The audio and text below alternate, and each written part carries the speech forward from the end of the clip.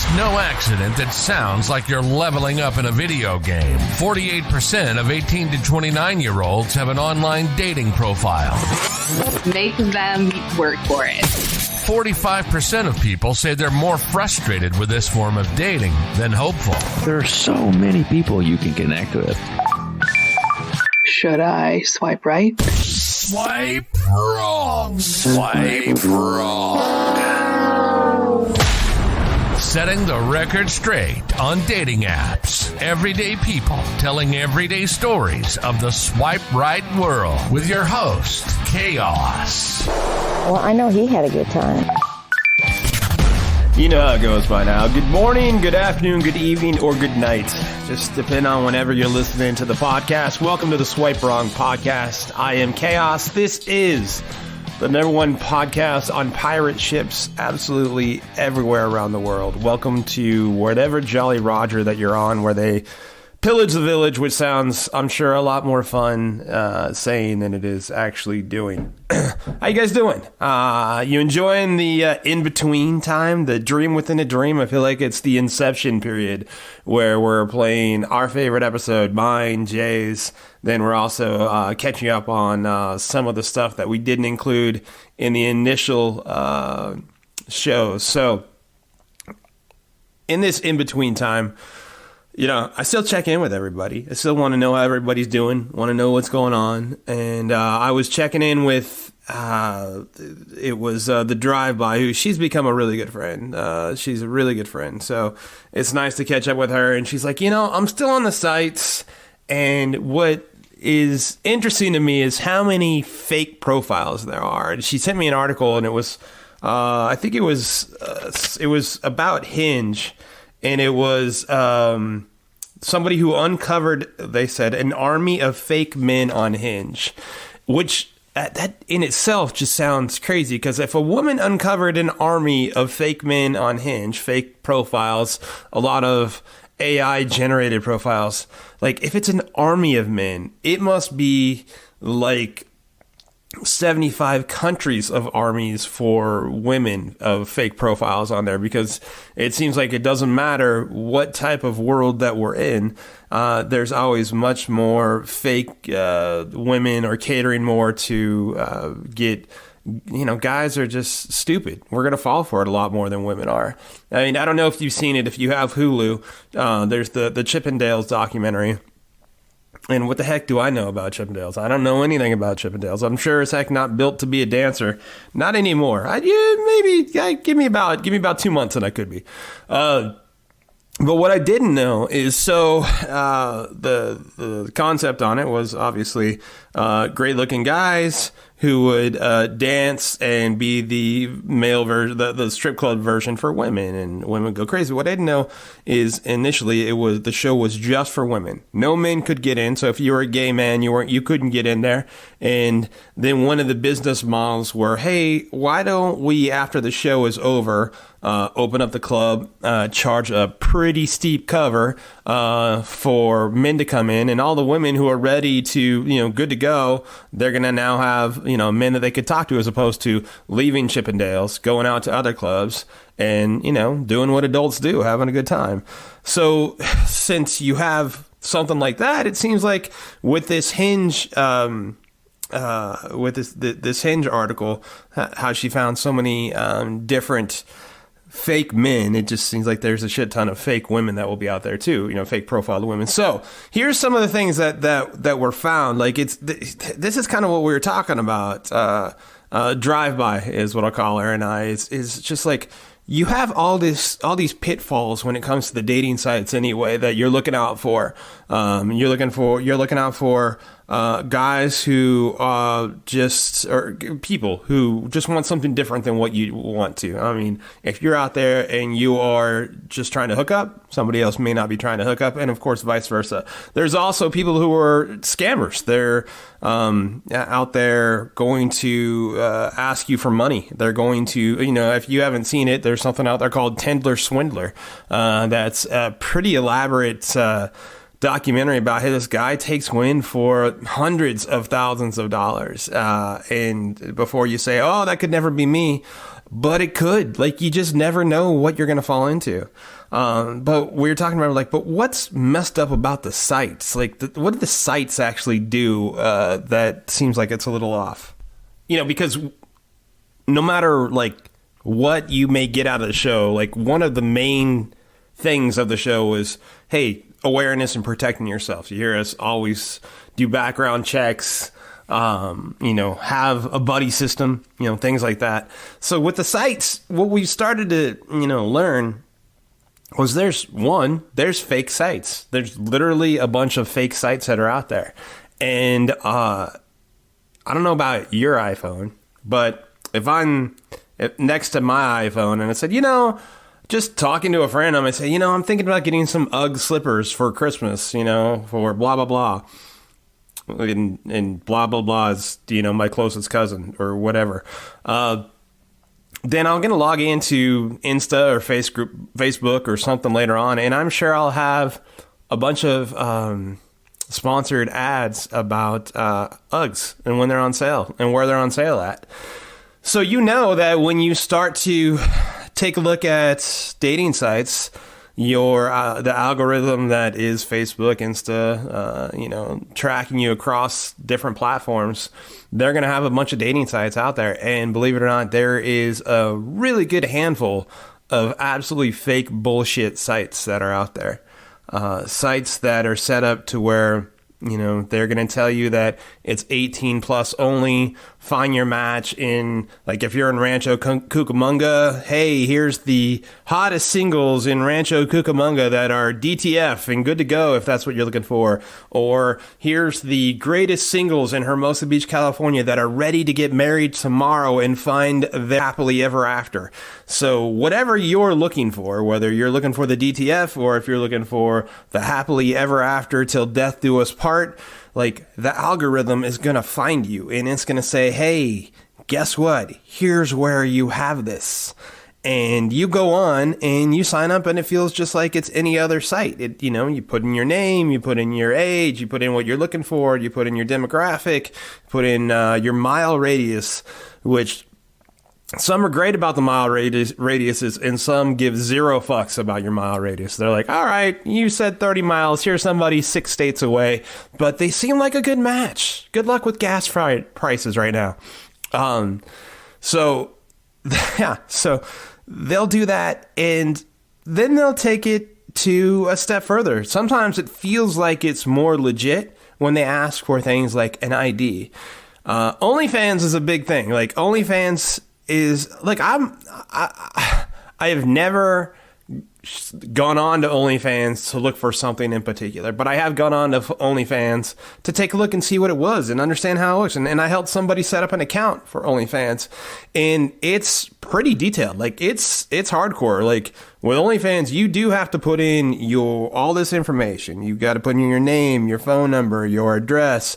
You've got to upload a picture of your driver's license front and back. And then you even have to take your driver's license, hold your driver's license in your hand and take a picture of yourself. And so that way they can see if the actual picture matches up with the face that they see. So, I mean, it's pretty elaborate. It's pretty detailed. So there's some sites that are doing something like that. And a lot of them are bullshit. A lot of them are trying to do a couple of things. One, get your, let's just say, $30 a month for the unlimited DTF that you're looking for, or the unlimited possibilities with your happily ever after that you're looking for.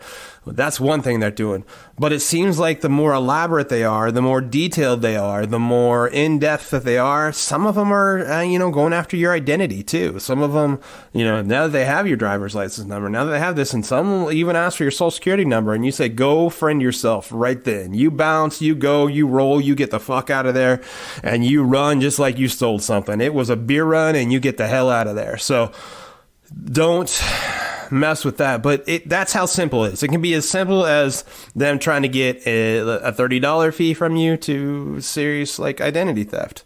Now there's a bunch of stuff out there. I mean, there's believe it or not, there is a Better Business Bureau, bbb.org, has something out there that you can go to. Like, if you don't think something is legit, it's BBD, I can't say it, BBB.org scam tracker. And there's a bunch of people who have already put stuff out there that have said, hey, this site's not legit. Stay away from this one. Stay away from that site. And if you don't see one that maybe you ran into, you can go ahead and put the one that you found on there as well. So same thing, helping each other out, kind of looking out for each other. Then, so those are the sites. Or at the very least, I should say, the fake sites that are out there. Not always the fake bullshit that's going on out there. Now, some of the other stuff that the sites are doing, just like I talked about at the beginning, is there's a whole shit ton of fake profiles. And I don't know about you. I am not a member of the Scooby-Doo Detective Agency. I don't always know when the filters are on and when the filters are off. I mean, look, there's something out there. I can remember this from about, 5 years ago. I was in a relationship, and actually longer than this. It was probably 6 or 7 years ago. I was in a relationship at the time. My buddy, he was single, and he was on Tinder. And he opened up the app, and he's like, hey, look at this girl. And he swiped right. And he just starts boom, boom, boom, boom, swiping right. I'm like, what are you doing? He's like, I call it power swiping. I'm like, power swiping? What the hell is this power swiping? So yeah, I just power swipe. And if I match up with somebody, then I decide if I like them or not. And if I do, then, cool. And if I decide not, then, we don't stay connected. I was like, all right, so you have power swipers out there, which, when people are wondering if they even read profiles, well, he definitely wasn't reading a profile at the time. Phenomenal human being. Love the dude to death. But he's not going to know if there are fake profiles, if he's swiping right on a fake profile. He has no idea. And that's the other thing. There's so many of those out there. Some of them generated by people. Some of them, it sounds like, are actually generated by the sites themselves. The one we talked about with Hinge earlier, and that's one. And so the ways to try to spot fake profiles, so they look airbrushed. The episode, if you haven't listened to it, it's really a crazy story. Tut tut, it looks like rain. One of the things that she said in that episode was the guy that she matched up with, he looked so gorgeous that he looked fake. And, that was almost like a warning sign for her right there. He just looked airbrushed. He looked like it was almost drawn, and it wasn't filtered. It was just not the cleanest, beautiful picture she's ever seen, I guess. I don't know how exactly she said it, but go back and take a listen. And it was something where she, so there's your red flag. Look at the pictures. See if the pictures look like they're actual pictures. And then the other things they were talking, like, a lot of it is AI generated. And when it's AI generated, you gotta, if you do read the profiles, which of course you always want to do, is how's the wording sound? Does it sound like it's sloppy, or just like English is their second language or fifth language, and that's not uncommon. But then if the wording is not matching up with what the picture looks like, you can kind of get a little bit of an idea of like, all right, this is at least a red flag at the very least. And of course, like I talked about earlier, the BBB.org scam tracker, check on all those, but look at all this stuff and, trust your gut. 100% trust your gut. Like, there is no doubt, like, if you're getting, like, we say it all the time, almost every episode outside of what I ask about dick pics, but almost every episode we'll talk about vibe check. And if you're not feeling like, if something doesn't seem right, there's so much other to move on to. Definitely move on to it. So as much as I wanted to keep this as, hey, this is what the sites are doing to mess stuff up, this is how the sites can trick you, and this is what's going on, for them to promote themselves and get business through fake profiles and just things to look out for. I guess that's where we come back to trying to protect you and keep you as safe as possible while you have whatever experience that you're looking for. The best experience possible, no matter what that is. There is something that is really, really rising as far as, I guess, dating app schemes. They call it, ready for this, pig butchery. So much so that there's task force now about pig butchery. And you hear that and you're going, that sounds dirty, bad, awful, damn. Why would you even say, like, would you just say to me, bro? I know that's what you just said.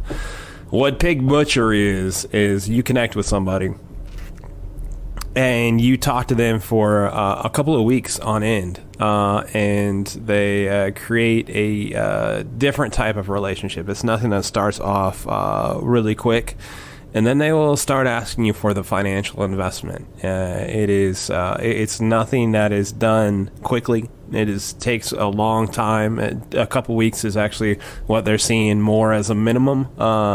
Because of what they're doing is they're getting you more and more emotionally invested, and then that's when they'll ask you for the financial investment, whatever it is. Think that, hey, be a part of this, now that we have this great relationship going on, I want to bring you into this investment opportunity, however they'll word it. Now that we share this, we should share more. And it's a lot of it's being used through crypto, hey, I need X amount of dollars in cryptocurrency, and they'll take you to a website that is not a normal Coinbase website. It is a website that they created, that they set up. It's straight from them, and when you deposit funds, there's no type of way of getting them back, and it is starting to really pick up a lot of steam. So just be careful. So there's the episode of, hey, be careful. Not that you didn't already know that, but just for all the stuff that's going on. Like, we did a lot of research for this show. Jay and I did on everything. Like, when we first started the show, we were going to be the only one that was talking about this stuff. And then as we went to launch, there was another show out there, same exact name, I think it was. And then there's been quite a few other things like this. And the platform is huge, and let's just talk about it and get it out there in the open, because the more you do, the more I feel like you're protected, and things are easier, and things are safer, and things are better for you. Now, all that being said, great things are happening. Like, I feel like I don't want the message to be lost. One of these people we spoke with in last season has now found like something that she thinks is real, that she thinks is, hey, like, this has been the coolest relationship. Well, it's not even a total relationship, but like multiple dates, best connection so far that she's had in years. And I asked her, I said, so let me ask you this, is it all worth it? Like, all the shit you went through, is it all worth it? And she wasn't sure at first. She's like, I don't know. There's been some really fucked up stuff, some crazy ass dates I've been on. And she came back to me later and said, yeah, it would be. It would absolutely be worth it if the ends in this case justified the means of what she had to go through. Now, she never got swindled out of money, and she never got put into a situation where she felt unsafe or anything like that, because she used the tools that we talk about. She used the background check. She does have people that she talks to, a support group and stuff like that. When I say it's support group, I mean, it's not like AA or anything, but you guys, if you listen to the show, you know exactly what I'm talking about. And it got to this point to where she was like, okay, then yeah, this would absolutely 100% be, the way to go. So hopefully all this helps. It's just awareness. And you guys know, at the end of this episode, here in the next couple of seconds, you'll hear how to contact us. You'll know how to, if you're like, there's a lot of people who are out there dating who don't have enough people to talk to. You know how to get a hold of us. You know how to get a hold of me. It doesn't have to make the podcast. You can just say, here's what's going on. Can we talk about it? Sure, let's talk about it. The number is out there. We're here to help however we can. And that's why we do this. So thank you for all doing what you do, and have some fun, be safe, and for the love of everything good, take care of each other. Thank you for being along for the ride of the Swipe Wrong podcast, where we take everyday people like you and me telling their everyday stories of their swipe right life. Show is produced by Jay Pelham. He is the host of Pelham Place. If you want to reach out to the show and tell us your story, we'd love to hear it. Give us a call. Google Voice us at 317-426-6616. Leave your information and we'll get back to you, or just your story. You can also email us at swipewrongpod@gmail.com. We are on Insta, Facebook, TikTok. We're out there. I am Chaos, the host of Chaotic Commentary. You can find me pretty much anywhere that you see me. And next week, the saga continues. Swipe wrong. Swipe wrong.